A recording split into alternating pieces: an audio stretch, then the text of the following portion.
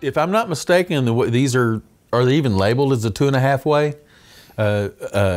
Because they have that all separated, at least on the version 2, they did a tapered array on the woofers so that the top woofer doesn't go as low, or the bottom woofer doesn't go as high as the top woofer. That's what it is. Trey's gonna pull out a chalkboard here in a second and draw it out for you guys. It's on your side of the board, on your side of the chair, so I'm not gonna do that.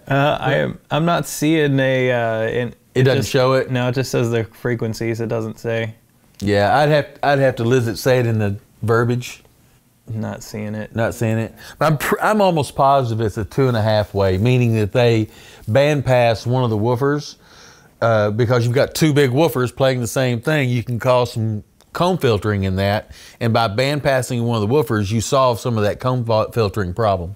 So essentially, you have tiers. You have the lower woofer digging the deepest. The higher woofer is can go up a little bit higher as a mid-range, but doesn't go as low. Well, no, it goes just as low, but not as high. I did it wrong when I drew that for you. I was thinking about that wrong. It goes just as low, but the bottom woofer doesn't go as high. So the top woofer has more bandwidth. It goes a little higher, so it acts like a mid-range. Okay. It's not really a 3-way speaker and is a mid-range because it covers some of the same frequencies as the bottom woofer. So they call it a 2.5 way. And they do that a lot in the center channels as well. But anything you have multiple. Is it like inside versus outside? Something like that, yeah. And the reason they do that, again, is because of the comb filtering of those drivers, which is a problem with a line array speaker, as we know line arrays today.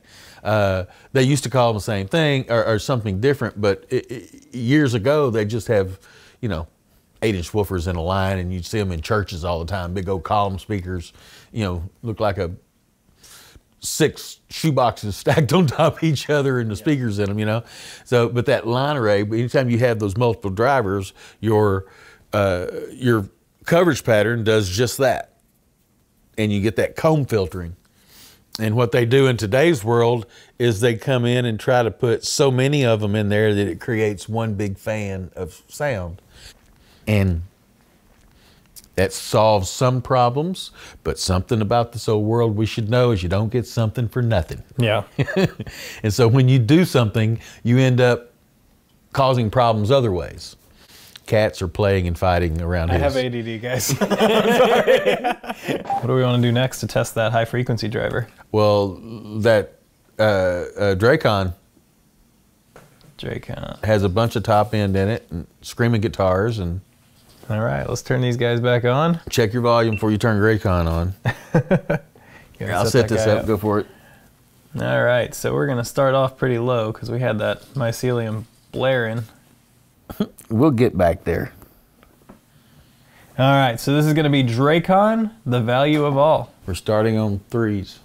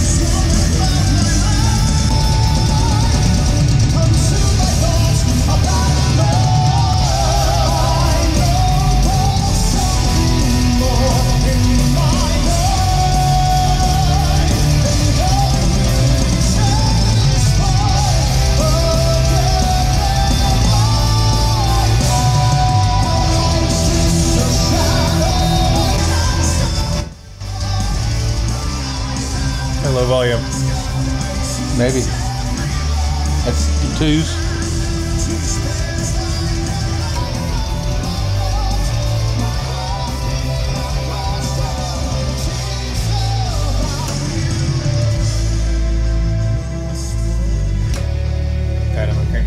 No, no. No.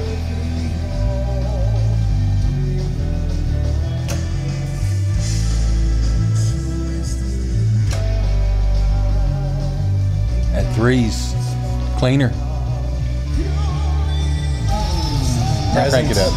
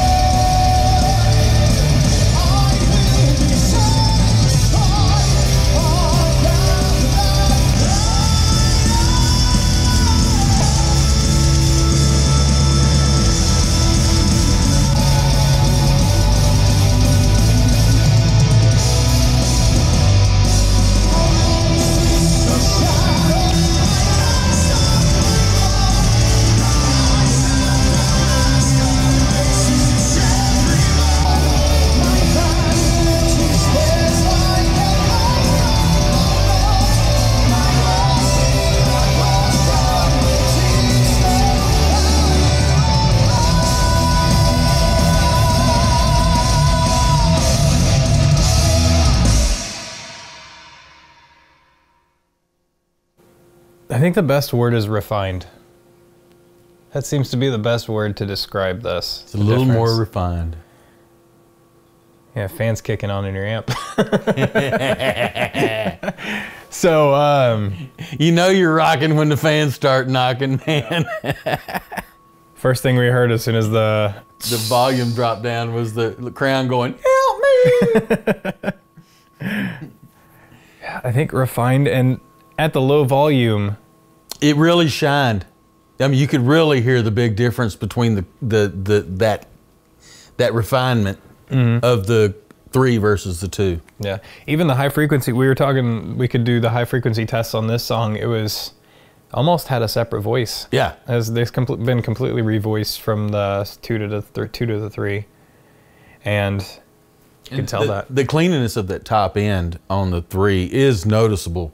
Especially at the low volume we were listening to when we went down real low, you could really hear the difference between that. I mean, the RF-7, even the original one, had a reputation of being a little bit bright. And remind me, we need to throw some Led Zeppelin on here before we're done. Just not on camera though. Sorry guys. Just for us only.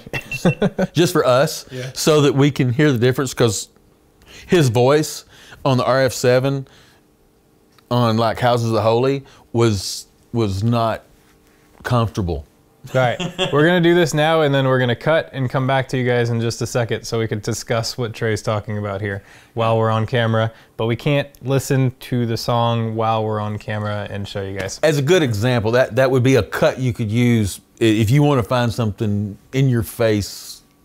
If the speaker's going to be in your face, that Houses of the Holy album is one of the cuts, one of the albums that'll do that to you. But one thing I noticed, Bonnie Raitt is another one that'll do that to you. One thing I noticed before we cut into that though, we talked about how it's refined, but the low frequencies were more present in the 3s as well at low volumes. True. I noticed that as well, and that could be the split cabinet. That's the cabinet, yeah. But it changes that back air spring on that driver.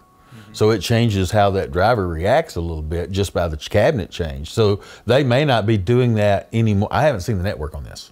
So they may not be doing that in the network anymore. They're using the cabinet to get there, which is a lot more efficient way to do it. Yeah. You know, if you can do it in the cabinet part, then you don't have to fix it in the network. So with the new one, it is the dual port with the dual chamber, and each chamber has its own port. With the old one, it's a full cabinet. Do you know if they guide the port at all? It's just 2 ports. They're not very long, and the inside the cabinet there's some bracing, or it's basically a circle inside a square, if you will, inside that cabinet. So because they're long, tall cabinets, so you know, you look at that and you can relate the shape of that to that pipe organ that we talked about in the past. It's a Helmholtz resonator, and it has a resonance frequency of X, whatever that is. And that frequency is going to have a problem when you play that speaker with internal reflections in that cabinet. So if you go in and put some bracing in there, some things in there to break that up, foam is another way to do it, can really help solve a lot of that problem in the cabinet and reduce the issues caused by that. Just by bouncing back and forth. So it creates some inner cabinet modulations, and you know, total harmonic distortion of the speaker and all that kind of stuff is higher when that kind of stuff is happening. By using the new cabinet with shorter, it's a tall cabinet, but with the different cabinets built inside, you remove all that because you've got the timing on that bottom cabinet, for example, is a whole lot less than the timing inside this cabinet, because you've got a 4.5 foot cabinet versus a 2 foot cabinet. So, you know, vertically. So absolutely a smart way to handle the problem. Absolutely. I give the guys, Chris and Jay and those guys, a lot of credit knowing what they're doing. It's a good looking speaker, and it's a smart way to get there. And I mean, for being 2 completely different generations, they don't look that much different, but there's a lot of change that happened. And Paul, just my point of view, Paul would be thrilled with that kind of engineering change, because that's an efficiency thing that makes it cleaner, makes it less distort. It's all the principles, power, detail, and motion, just like it says on the side of that speaker. All that shines through in that, and that's exactly what Paul was looking for in all of his products. So I think he would be very pleased with what these guys have done. Early version versus this version, both, but especially this newer speaker. It's got some good, it's a really good high quality engineering into this that that really helps it shine. So I'm enjoying I tell you what, I'm having the hardest time not listening to the bottom end on these speakers, because compared to the other room, it is thunderous in here. And not just the bottom end either, with it being the wider room. Oh, the sound stage is great. Yeah, and the 110, 112 dB that we're hearing isn't nearly as 112 dB-ish in here. It doesn't. I can be comfortable listening to it at that volume. It's so clean at that volume, it was no problem. All right. And what's next? I don't know. We did Matt Summers, we did Draekon. Oh, we haven't done Trey Johnson yet. A little foot stomping. Yeah, let's do Trey Johnson next. This is Trey Johnson, Bring My Baby Home.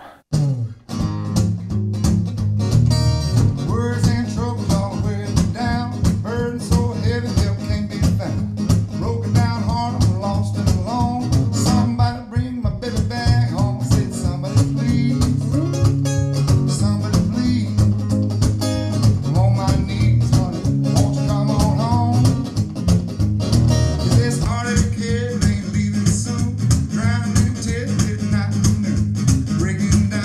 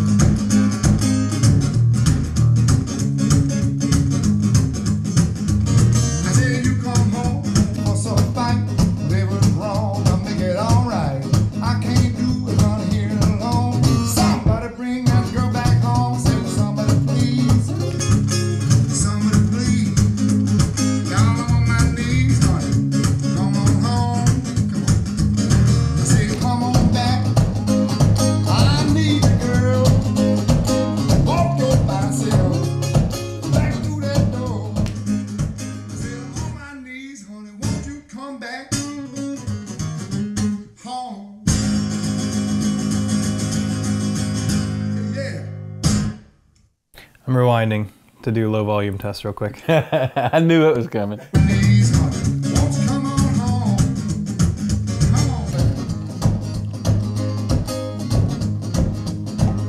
That's the threes.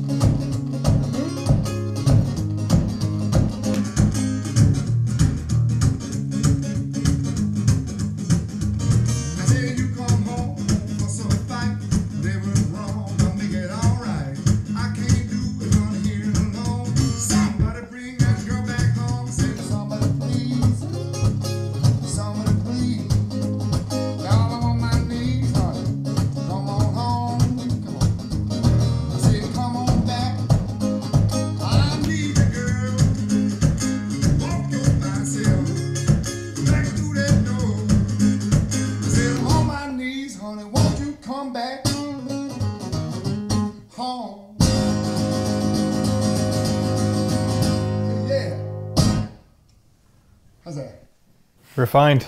That is the best word for it. Like, you notice a significant difference, and I do notice a distortion difference. I do notice. Did you hear the difference in the sensitivity in that one? It was fairly present in that one. I mean, you guys will see it on the SPL meter as well. It was definitely there, and low volume. With the low volume listening, you still notice the low frequencies in the threes, whereas you don't see them as much in the twos. They're still definitely there. They're definitely there. But overall cleanliness, that's is where it shines. Where I saw the difference. Yeah. I mean, we're taking so long here because we're splitting hairs to some extent. But I mean, because this is taking a little longer than normal for us to get our, but these are very close speakers. So they're the same speakers, different generations of the same thing. So I mean, it's you always say, they're finding that extra 10%. And they're or that last 10%. Yep, they're working on that last 10%. And a little different engineers over the years that did these two things. So you've got a little different mentality doing that, doing the network, designing the horn, choosing the drivers and all that. So there are maybe even some ideology things that are different there between the engineers, the way they do things. And like I talked about, the testing methods and all that stuff. The way the motor board's shaped on the new one, the way it tilts back just a little bit because of the plinth on the bottom or the foot on the bottom. The foot's a lot more stable in my mind than the puck feet that were on the with outriggers. With outriggers. So, that kind of stuff I like, if you will, the input jacks and input cups on the new one versus the older one. Just overall a little bit more elegant. Yeah. They've brought out a little more. I'm probably like blocking my mic talking like this. They are. Yours fell down. So we'll make some adjustments to Trey's audio. I didn't notice that until now. Based on the charts, based on the spec sheets, it says the old one digs deeper, but I didn't notice that. I didn't notice that it was actually reaching lower frequencies, but... Mycelium, I noticed the difference in the bottom end, but the amount of all of it, it didn't matter. Oh, okay. You know what I mean? It was there. I could tell there was a little bit difference. It got a little bit deeper, or the way it represented that frequency was a little different than what the threes did. I didn't see it as a negative on either one, because it felt like I was lacking. I didn't feel I wasn't missing. Oh no! If anything, there's a little too much bottom end to this thing. I've never had that complaint. It's a lot of bass in this room. Yeah. I can't get over how big a difference it is versus where we were at your studio versus here. And I know our acoustic memory is about that long, so... how long? At that long. How long? So remembering the bass response, but that was pretty written in stone over there, how thin. We got it on recording, how thin it was. I'm so anxious to hear what this is going to sound like when you get it mixed, because you don't do much to that. Just keep the levels down so it doesn't peak, Well, actually, I raised the levels because I lower them in here so it doesn't peak. We're about, I keep it around like -6. But you're not like you're not playing with EQ or any of that stuff. It's all just all as flat as it can be. So whatever goes in comes out. Yeah. And exactly. And so the representation of this room and these speakers with that amplifier versus that receiver, I think is going to show up on the mic. And when it does, we're going to have people comment about it. Yeah. And then they're going to tell us they want us to do those things over again. So with the new amplifier. Well, that's a different test in all in itself, is how the speakers receive the amplifier provided. Right. So maybe that's something we do for a later date, to look at, say, one of the Parasound amps or one of the other amps that they offer, and compare. The JC5 is a great pair for the RF-7s. Is it? It's a beast. Is it? It is a beast. You guys, you know what power it is? I think it's 400 per channel. Okay. Hold on, I'm gonna check that. Yeah, something like that to run on it versus that receiver, and then swap back and forth between, to see the acoustic difference on the speaker versus the, with the two powers. Because I've told people all the time on the Klipsch owners page, and I'll repeat it on YouTube, the more power you can give an RF-7, the better that sucker will sound. More current, more capability, more headroom you give the RF-7, the better it will sound. 400 by 2 into 8 ohms. Okay. 0.05% distortion, or THD. 600 into 4? You can bridge it and go 1200 watts at 8 ohms, and 600 into 4 ohms, yeah. The reason I say 600 into 4, which is important, is 4 ohms is about the minimum impedance of this speaker. So if you look at the worst case scenario, how close it gets to 0 is the worst case scenario in impedance, and then use that number on your power of your amp, that's going to tell you the absolute maximum it can get to. So we can reach 600 watts with that amp peak, or at the point that those reach 4 ohms. Of course, it drops as it goes up because it's all relative to frequency, bandwidth. But yeah, you can absolutely tell having the headroom on that amp is super important on these speakers. And if you don't believe me, we have that little 50-watt chip amp that I've got in here. We could hook that up real quick and show you. It's bedtime. Why aren't the woofers moving at all? I'm only hearing the high frequency driver. Well, I think that's going to be about it. Do we have any other tracks we want to listen to? Oh, let's cut back and we said earlier we were going to listen to that Led Zeppelin track and cut it and then come back to you guys. So we're going to check that out real quick and we'll come back with the results. Yeah. All right. That was the fish. Fish. The fish is moving things in the fish bowl and making noise.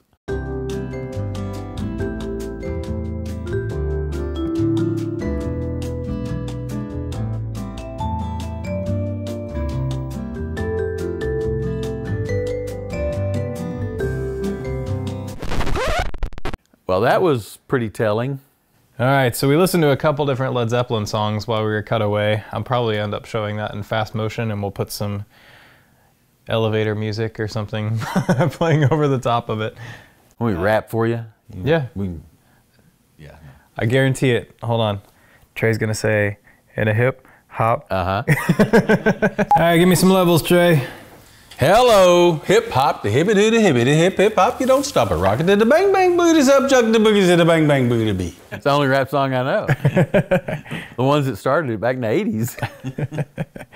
Just like I expected, the HF driver on the older version was a lot more shrill and in your face. The sibilance from the S's on in his vocals, especially in his falsetto, really show up in that version 1, really, and then version 2 not as much, and version 3 it's well controlled. It's still there because the recording has it there and his voice is that way, but it's so much more controlled in the version 3. It's overall clarity as well. I can hear his voice, whereas in the 2s I couldn't hear his voice over the instrumentals at some points in the song. Right, it was hard to distinguish for it, so it breaks that up enough, or separates it enough that you get a good clean vocal from him in there. Now we do this all the time. We listen to other tracks while we're setting up. We listen to them right in the middle. We just unfortunately have to cut them from the playback for you guys. Like we've said a million times, we're not basing our listening off the 3 or 4 songs that you guys are hearing. That's just the only 3 or 4 songs that we can actually let you listen to, unfortunately.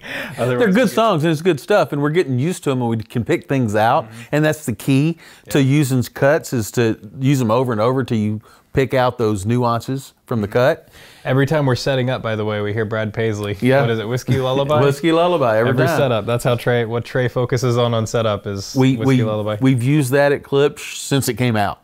Since it first came out, because the harmonies between Alison Krauss and him in that cut, I believe that's who that is, and the female vocalist and him in that cut is great. The way they mixed it and bring them each forward when it's their turn, but you have just enough of the background vocal and harmony on them. It's layered very well. There's a bottom end note. It's like super deep, that most people don't know exists in the song. Yeah. Because they haven't heard it with a subwoofer or a speaker that can reach that low.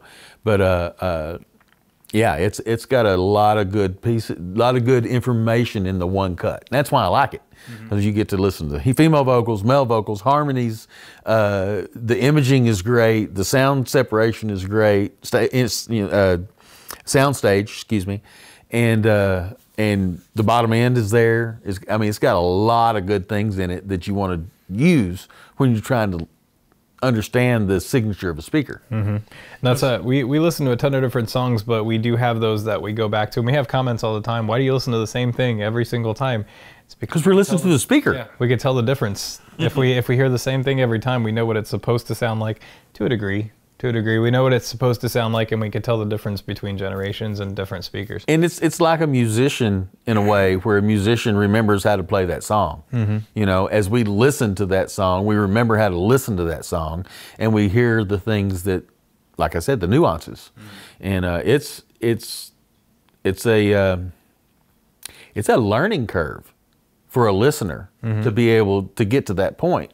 And you have to stop listening to the room and stop listening to the cut and start listening to the speaker playing that cut. And it's a trained exercise. Just like we were talking about it earlier, it was like, I didn't hear the high frequencies or mids, I was listening to the lows. It's like something you can train your ears to do is, or I guess your ears are hearing everything. Mind. It's your brain you're teaching to do it, just to focus on those different portions of the listening experience. And I relate it a lot to a way a conductor listens in a symphony. So he can tell, you know, bring this guy up or that guy down, and you know, he does those. I assume that's what all that means, because I don't know anything about conducting music. But yeah, there's definitely a difference. Yeah, there's a big difference, and it's noticeable. It is exactly what you would expect to get from the next step of a speaker line, of that speaker. You know, more refined, more controlled, less distortion. Better control on each driver, not only the whole thing, and the fit and finish is, I think, a little step up. I'd be curious to see if there is another step that they can take it for, if they do come out with a Gen 4. I just don't know how they can improve. It's pretty amazing as is. Yeah, I'm just sitting here racking my brain what they could do, and I mean, there's always a little bit of trick you can do here and there. You can put higher end network parts, or you know, spend a little more money making the thing, but it'd be hard to pull too much more out of that speaker, I think. If you don't have RF-7s, go buy some. They're awesome. You know, I was thinking about that horn and the way they did the horn on this, and then Roy's mumps horn and why he does the mumps in the horn. And you kind of have a little bit of that with this horn.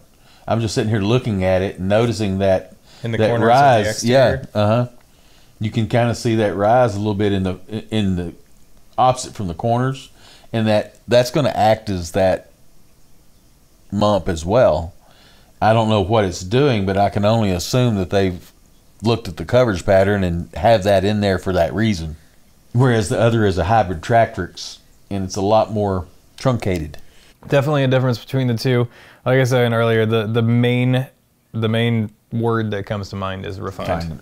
In the upper generations, the old versions, the 2s are amazing. The 3s, just taking it to that next level. as they should in that generational gap. It's nice enough difference that the wife likes the new ones, but she's not going to swap. No, I thought about asking you. I was like, hey, so after this listening, are you going to upgrade to the 3s? And it was like, no, those are one of a kind. There's not even. That's not ever going to change right there. All right, guys, we had a good time tonight. We appreciate you guys hanging out with us. We hope you have as much fun as we did listening to this. And tell us below, are you guys going to buy some? You guys going to buy some RF-7IIIs? They're pretty amazing. Help change any minds, maybe? Yep. This, as we always say, this is a jump off point. Do not just listen to this and go buy some speakers. Go listen to them in person, see what you think, and we know you're going to love them anyways. So go listen to them in person and take home a pair of RF-7IIIs. You won't be disappointed. All right. I think we're good here. Yep. Like, subscribe below, and yes, I'm Trey. I'm Jason. We'll see you again next week for another episode of PHT TV.